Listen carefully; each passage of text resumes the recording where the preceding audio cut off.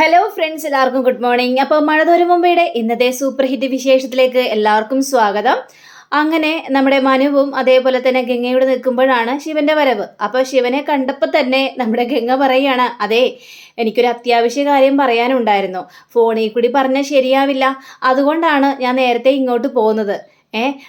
ഞാൻ കാര്യങ്ങളെല്ലാം പറഞ്ഞിട്ട് അപ്പം തന്നെ പൊയ്ക്കോളാം എന്നിങ്ങനെ പറയണം. എന്താ ശിവേട്ട ഗംഗേട്ട മുൻകൂട്ടി ഇതെല്ലാം പറയുന്നത്? എന്തെങ്കിലും പ്രശ്നമുണ്ടോ എന്ന് ചോദിച്ചപ്പോഴേക്കും എൻ്റെ പൊന്നെ, കുറേ ആൾക്കാർ വന്നിട്ടേ എന്നോട് ചോദിക്കുക, ഇതെന്താ നേരത്തെ വന്നത്, ഇതെന്താ പറയാതെ വന്നത് എന്നൊക്കെ ചോദിച്ചുകൊണ്ടിരുന്നേച്ചു. ഇതിനെല്ലാം മറുപടി കൊടുത്ത് എനിക്ക് മതിയായി എൻ്റെ പൊന്ന് ശിവ.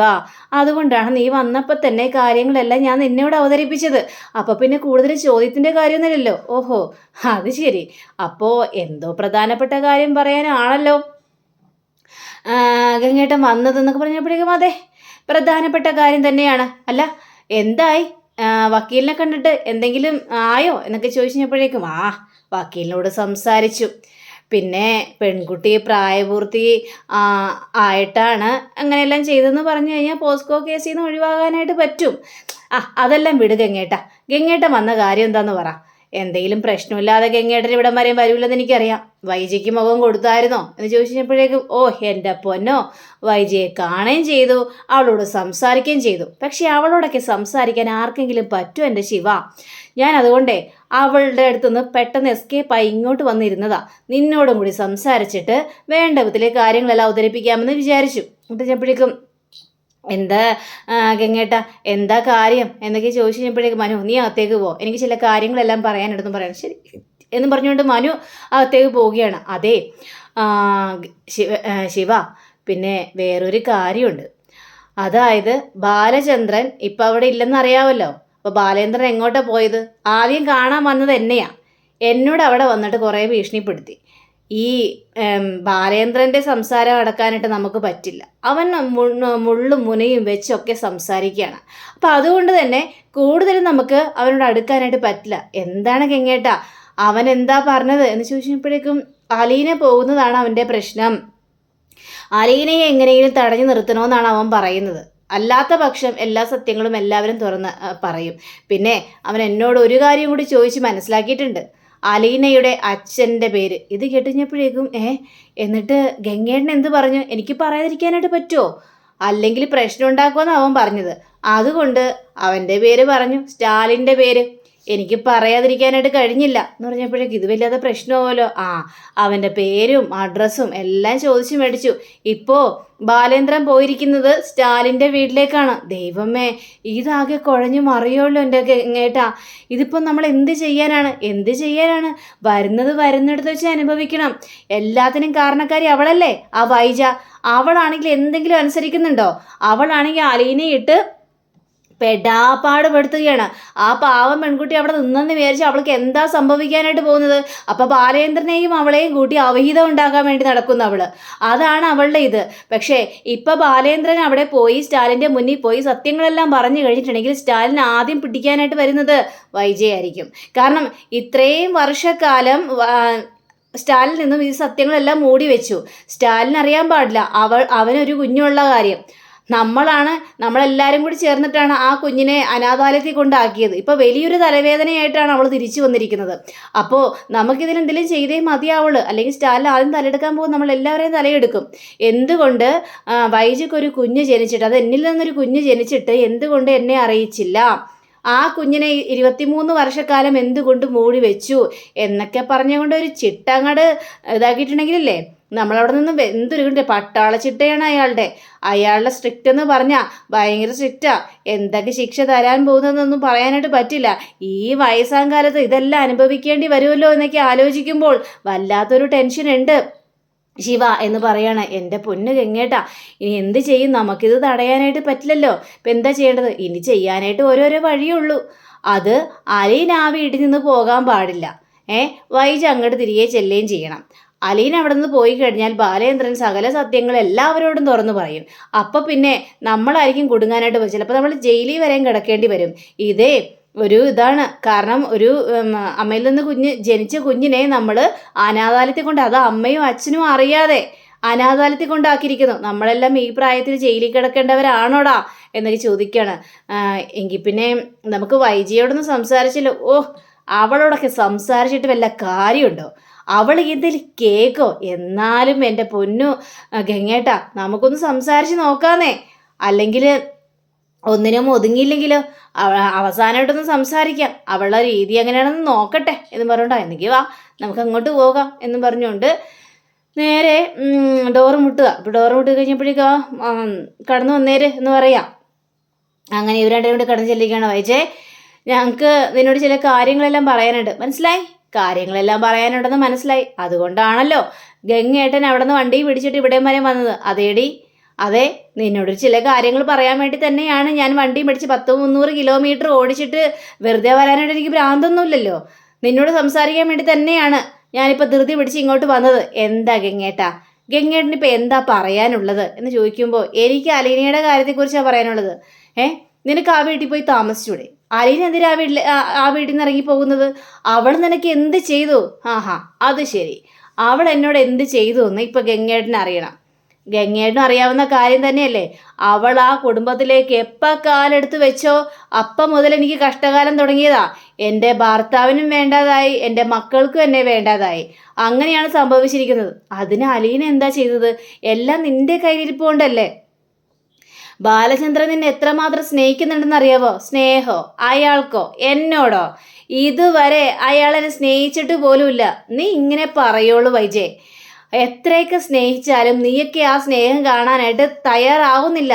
വൈജയ, നീയാണ് ആരെയും സ്നേഹിക്കാത്തത്. നിന്റെ ഭർത്താവിനെ സ്നേഹിക്കുന്നില്ല, നിന്റെ മക്കളെ സ്നേഹിക്കുന്നില്ല, നിന്റെ ആങ്ങളമാരെ സ്നേഹിക്കുന്നില്ല, അനുസരിക്കുന്നില്ല. ഇതാണ് നീ ചെയ്യുന്നത്. നിനക്കെപ്പോഴും തൻ്റെ ഇടം നിനക്ക് ഇച്ചിരി കൂടുതലാണ്. എല്ലാവരും ധിക്കരിക്കുന്ന സ്വഭാവം, അതാണ് നിന്റെ സ്വഭാവം. അതൊക്കെ ഒന്ന് മാറ്റി വെക്ക് വൈജയ്.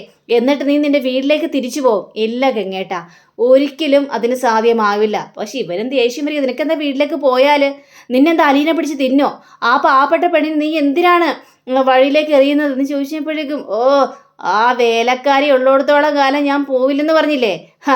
വേലക്കാരി എല്ലാവരെയും മയക്കി കയ്യിലെടുത്ത് വെച്ചിരിക്കുകയാണ്. എൻ്റെ ഭർത്താവിനെയും എൻ്റെ മക്കളെയൊക്കെ കയ്യിലെടുത്ത് വെച്ചിരിക്കുക. ഇനി അവൾ അടിക്കുന്ന മണിക്കനുസരിച്ചേ അവരൊക്കെ നടക്കുള്ളൂ. അതിന് ഈ വൈജിയെ കിട്ടില്ല. നീ എന്തിനാണ് അവളെ വേലക്കാരി എന്ന് പറയുന്നത്? അയ്യോ, അത് ശരി. അപ്പോൾ വേലക്കാരിക്ക് വേറെ എന്തെങ്കിലും പേരുണ്ടോ? ശരിയാ, ജോലിക്കാരിയല്ലേ. ശരി, ജോലിക്കാരി എന്ന് വിളിക്കാം. വേലക്കാരിയെ പിന്നെ വേലക്കാരി ഇതല്ലാതെ പിന്നെ എന്താണ് ശിവേട്ടൻ ഞാൻ വിളിക്കേണ്ടത് എന്ന് പറയുകയാണ്. നിന്നോടൊക്കെ പറഞ്ഞിട്ടേ കാര്യമില്ല. നീയൊക്കെ അനുഭവത്തിൽ വരുമ്പോഴേ പഠിക്കുള്ളൂ. വൈജേ, നീ എല്ലാം ഉപേക്ഷിച്ച് വീട്ടിൽ നിന്ന് ഇറങ്ങിപ്പോകാനാണ് തീരുമാനിച്ചിരിക്കുന്നതെങ്കിൽ നിനക്ക് ഭവിഷ്യത്ത് അനുഭവിക്കേണ്ടി വരും. അതുമാത്രമല്ല, അലീന ആ കുടുംബത്തിൽ നിന്ന് എപ്പോൾ ഇറങ്ങുന്നോ അപ്പം നിനക്ക് കഷ്ടകാലം ആരംഭിച്ചെന്ന് കൂട്ടിക്കോ വൈജേ. ഞങ്ങൾ പറയുന്നതിലും കാര്യമുണ്ടെന്ന് നീ മനസ്സിലാക്കണം. വെറുതെ ഒന്നും ഞങ്ങൾക്ക് പറയേണ്ട യാതൊരു കാര്യമില്ല. നീ അതൊന്നും മനസ്സിലാക്കുക വൈജേ എന്ന് പറഞ്ഞപ്പോഴേക്കും, എന്ത് അവൾ ഇറങ്ങിപ്പോയി എനിക്ക് എന്ത് സംഭവിക്കുമെന്നാ? എനിക്കൊന്നും സംഭവിക്കാനായിട്ട് പോകുന്നില്ല. എന്താ ബാലേന്ദ്രൻ്റെ സ്നേഹം എനിക്ക് നഷ്ടപ്പെടുമോ? നഷ്ടപ്പെടണമെങ്കിൽ നഷ്ടപ്പെടട്ടെന്നേ. ആ ഒരു നഷ്ടമൊക്കെ ഞാൻ അങ്ങോട്ട് സഹിച്ചു. എനിക്ക് ഇപ്പം അതിലൊരു കുഴപ്പവും ഇല്ല. എനിക്ക് ആ നഷ്ടമേ ഭയങ്കര ഇഷ്ടമാണ്. ബാലേന്ദ്രൻ്റെ മക്കളൊന്നും എന്നെ സ്നേഹിക്കണ്ട. എനിക്ക് ഒറ്റക്ക് അങ്ങോട്ട് ജീവിച്ചാൽ മതി. അതാണ് എനിക്ക് താല്പര്യം. ആരുടെയും തലവേദന എടുത്ത് തലവെക്കേണ്ട കാര്യമൊന്നുമില്ലല്ലോ എനിക്ക്. അപ്പോൾ ഇതേ ഗംഗേട്ടാ, ഇനി ഇവളോടൊന്നും പറഞ്ഞിട്ട് കാര്യമില്ല, വാ നമുക്ക് പോകാം എന്നും പറഞ്ഞുകൊണ്ട് അതാ നല്ലത് എന്ന് പറയുക.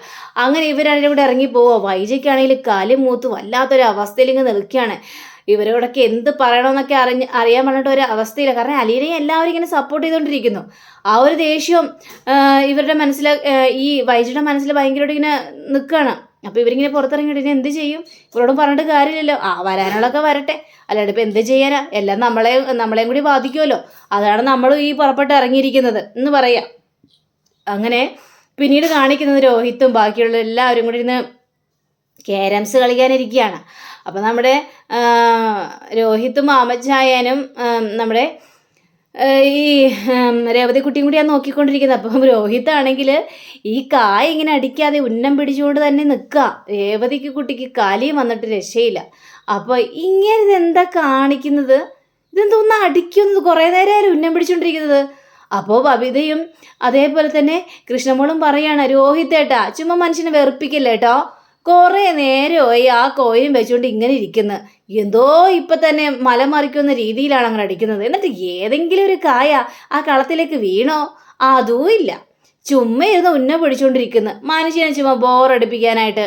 അപ്പോഴേക്കും വെയിറ്റ്, അങ്ങനെയൊന്നും ചെയ്യരുത്, ഞങ്ങളെ എതിരാളികളാണ്. അതുകൊണ്ട് ഞങ്ങൾ ഉന്നം പിടിച്ചിട്ട് വേണം കായ അടിച്ച് തെറിപ്പിക്കാനായിട്ട്. അതൊന്നും നിന്നോടൊന്നും പറഞ്ഞാൽ മനസ്സിലാവില്ല. അപ്പോൾ രേവതിക്കുട്ടിയെ പിന്നെ അങ്ങാട്ട് ചെയ്തു. കുറേ നേരമായല്ലോ, കുറേ കളി കഴിഞ്ഞു, എന്നിട്ടൊരു കായ പോലും വീഴ്ത്തിയില്ല. അപ്പോൾ രേവതിക്കുട്ടിയാണെങ്കിൽ ഇത് കണ്ട് മാമച്ചനങ്കളെ ഇതെന്തായി കാണിക്കുന്നത്? അവൻ ഉന്നം പിടിക്കുമല്ലേ. വേട്ടക്കാരെങ്ങനെയാണ്? ഉന്നം പിടിക്കണം. ലക്ഷ്യസ്ഥാനത്ത് എത്തണമെങ്കിലേ ഉന്നം പിടിച്ചുകൊണ്ട് നിൽക്കണം. നമ്മുടെയൊക്കെ ലക്ഷ്യങ്ങൾ എന്താണോ അതിന് യഥാർത്ഥ ഉന്നം കൊടുത്താൽ മാത്രമേ ലക്ഷ്യസ്ഥാനത്ത് എത്താനായിട്ട് പറ്റുള്ളൂ. അപ്പോഴേക്ക് രോഹിത് അങ്ങനെ പറഞ്ഞു കൊടുക്കേണ്ട അങ്കളെ. ഇവർക്കൊക്കെ ബുദ്ധിയും വിവരവും വല്ലതും ഉണ്ടോ? ഞാനൊക്കെ ഉന്നം പിടിക്കുന്നത് കറക്റ്റ് കളത്തിലേക്ക് തന്നെ വീഴാനാണെന്ന് ഇവർക്കൊക്കെ വല്ലതും അറിയാവോ? പക്ഷെ രോഹിത് ഒരു കായൽ ഉന്നം പിടിക്കുമ്പോഴും ഇങ്ങനെ കൈ വിറച്ചോണ്ടിരിക്കുക. ലാസ്റ്റ് നമ്മുടെ രോഹിത്താണെങ്കിൽ ആ കായിട്ട് ഒറ്റ അടി അടിക്കുക. അടിച്ചു കഴിഞ്ഞപ്പോഴത്തേക്കും അതിൽ കായൽ വീടുകൂല. ബെസ്റ്റ്. ഇതിനായിരുന്നോ ഇത്രയും നേരം ഉന്നം പിടിച്ചുകൊണ്ട് ഇങ്ങനെ നിന്നത്? ഇത് നല്ല കഥയായിപ്പോയി. ഇതിനേക്കാലം നല്ലത് ഞങ്ങൾ തന്നെയായിരുന്നു, ചുമ്മാ മനുഷ്യനെ ഇടങ്ങേറൊപ്പിക്കാൻ വേണ്ടി. അപ്പോഴേക്കും നമ്മുടെ അലീന കുറച്ച് ജ്യൂസൊക്കെ ആയിട്ട് വരികയാണ്. അപ്പം ജ്യൂസൊക്കെ ആയിട്ട് വന്നു കഴിഞ്ഞപ്പോഴേക്കും അതെ മതി, കളിച്ചതൊക്കെ മതി, എണീറ്റ് വന്നണ്ടേ, നാളെ രാവിലെ നമുക്ക് പോകാനുള്ളതാ, അതുകൊണ്ട് എല്ലാവരും കിടന്ന് ഉറങ്ങാനായിട്ട് നോക്ക് എന്ന് പറയുകയാണ്. അപ്പം ഇത് കേട്ട് കഴിഞ്ഞപ്പോഴേക്കും എല്ലാവരുടെ മുഖഭാവമാകുന്ന മാറുകയാണ്. എല്ലാവർക്കും ഭയങ്കര സങ്കടം തോന്നുകയാണ്. എന്താ ഇങ്ങനെ നോക്കുന്നത് ചോദിച്ചപ്പോഴേക്കും അലീന ചേച്ചി, അപ്പം നാളെ നമ്മൾ പോകുമല്ലേ? പിന്നെ പോകാതെ നാളെ നമുക്ക് പോകണ്ടേ? നാളെ വരെ ഉള്ളൂ എന്നൊക്കെ പറഞ്ഞപ്പോഴേക്കും ഇവിടുന്ന് പോകാനായിട്ട് തോന്നുന്നു പോലുമില്ല. പോകണ കാര്യം പറയുമ്പോഴേ ഭയങ്കര സങ്കടം വരുന്നു എന്നിങ്ങനെ സംസാരിക്കുകയാണ്. അപ്പോഴേക്ക് നമ്മുടെ ഗ്രേസമാൻറ്റി പറയാണ്, മക്കളെ നിങ്ങൾക്ക് പോകാൻ ഇഷ്ടമില്ലെങ്കിൽ പോകണ്ട, നിങ്ങൾ ഇവിടെ തന്നെ താമസിച്ചോ, ഒരു പെയിൻ ഗസ്റ്റിനെ പോലെ നിങ്ങൾ ഇവിടെ തന്നെ താമസിച്ചോ, ഒരു കുഴപ്പമില്ല. ആണല്ലേ? അങ്ങനെയാണെങ്കിൽ നമുക്ക് ഇവിടുന്ന് പോകണ്ടാലും ചേച്ചി, നമുക്ക് ഇവിടെ തന്നെ നിൽക്കാം എന്നിങ്ങനെ പറയാ. അങ്ങനെ പറഞ്ഞപ്പോഴും അടി മേടിക്കും, നാളെ പോയേ മതിയാവുള്ളൂ. അയ്യടാ, ഇവിടെ എക്കാലം നിൽക്കാൻ വേണ്ടിയാണോ വന്നത്? അതൊന്നും ശരിയാവില്ല, പോയി കിടന്ന് ഉറങ്ങിക്കണ്ടേ. അപ്പോൾ രേവതിക്കുട്ടിക്കും ഭയങ്കര സങ്കടം തോന്നിക്കുക. അപ്പോൾ രോഹിത്താണെങ്കിൽ രേവതിയെ കുട്ടി തന്നെ ഇങ്ങനെ നോക്കുക. രേവതിക്കുട്ടിയെ ഭയങ്കരമായിട്ട് ഇഷ്ടപ്പെട്ടു നമ്മുടെ രോഹിത്തിന്. അപ്പോൾ രോഹിത് ഇങ്ങനെ രേവതിക്കുട്ടി തന്നെ ഇങ്ങനെ നോക്കുകയാണ്. എന്നാലും പോകണോ അല്ലേ? നാളെ പോകണം, നിങ്ങളെ എണീറ്റിൻ്റെ എന്ന് പറഞ്ഞുകൊണ്ട് അവരെല്ലാവരെയും പറഞ്ഞയക്കുകയാണ്. അപ്പോൾ രേവതിക്കുട്ടിയാണെങ്കിൽ ചേച്ചി നാളെ പോകണമെന്ന് നിർബന്ധം തന്നെയാണോ? പോകണ്ടേ രേവതിക്കുട്ടി? അല്ലെങ്കിൽ എന്താ, അവർക്കെല്ലാം ഭയങ്കര സങ്കടമായി. അതെനിക്ക് മനസ്സിലായി. അതേപോലുള്ള സീനുകളാണ് വീട്ടിൽ നടക്കുന്നത്. വീട്ടിൽ അവർക്കൊരു മനസ്സമാധാനമില്ല. ഇവിടെ എപ്പോഴേക്കുമാണ് അവർ ഇത്രയും സന്തോഷത്തിൽ മതി മറക്കുന്നത്. അപ്പോൾ പിന്നെ അവർക്ക് ആരും സന്തോഷം ഉണ്ടാവും? വീട്ടിൽ എത്തിയാൽ അച്ഛനും അമ്മയും തമ്മിലുള്ള വഴക്ക്, പിന്നെ വേറൊന്നുമല്ല, ഞാനും അവിടെ നിന്ന് ഇറങ്ങി പോവുകയാണല്ലോ, അപ്പോൾ അവരൊറ്റപ്പെട്ട് പോകുമല്ലോ എന്നൊക്കെ ഓർത്തിട്ട് അവർക്ക് ഭയങ്കര സങ്കടമുണ്ട്. അതൊന്നും നമുക്കിപ്പോൾ പറ്റില്ലല്ലോ എന്നൊക്കെ ഇങ്ങനെ പറയാണ്. അല്ല, മറ്റേ കാര്യം എന്തായി എന്നൊക്കെ ചോദിച്ചു കഴിഞ്ഞപ്പോഴേക്കും എന്ത് കാര്യം? അതല്ല, ചിന്നുമോളെ നമ്മൾ അഡോപ്റ്റ് ചെയ്യുന്ന കാര്യമാണ് പറഞ്ഞത്. അയ്യോ, അതൊക്കെ ഇനി ആലോചിക്കേണ്ട കാര്യമല്ലേ? അന്ന് ആൻറ്റി പറഞ്ഞായിരുന്നല്ലോ ചിന്നുമോളെ അഡോപ്റ്റ് ചെയ്യാന്ന്. അതൊന്നൊരു ആവേശത്തിൽ പറഞ്ഞല്ലേ മാമച്ചായൻ എന്ത് പറയുന്നു? നമുക്ക് ആലോചിക്കാവുന്ന കാര്യമുള്ളൂ. ആലോചിച്ചാൽ മതി. അതുകൊണ്ട് ചിന്നിക്കുട്ടിയെ വേറെ ആർക്കും വിട്ടുകൊടുക്കണ്ട എന്ന് വിചാരിച്ചുകൊണ്ടാ ഞാൻ ഇങ്ങോട്ടേക്ക് അഡോപ്റ്റ് ചെയ്യാനായിട്ട് പറഞ്ഞത്. ചിന്നിമോൾക്ക് നല്ലൊരു ജീവിതം ആകുമല്ലോ, ഒരു ആശ്വാസം ആകുമല്ലോ എന്നൊക്കെ ഇങ്ങനെ പറയുകയാണ്. അപ്പം അങ്ങനെയും കാണിച്ചുകൊണ്ടാണ് നമ്മുടെ ഇന്നത്തെ റിവ്യൂ ഇവിടെ അവസാനിച്ചിരിക്കുന്നത്. അടുത്ത റിവ്യൂവിനായി കാത്തിരിക്കുക, സബ്സ്ക്രൈബ് ചെയ്യുക. എല്ലാവർക്കും നല്ലൊരു ദിനം ആശംസിച്ചുകൊണ്ട് തന്നെ നന്ദി, നമസ്കാരം. Thank you. See again. By.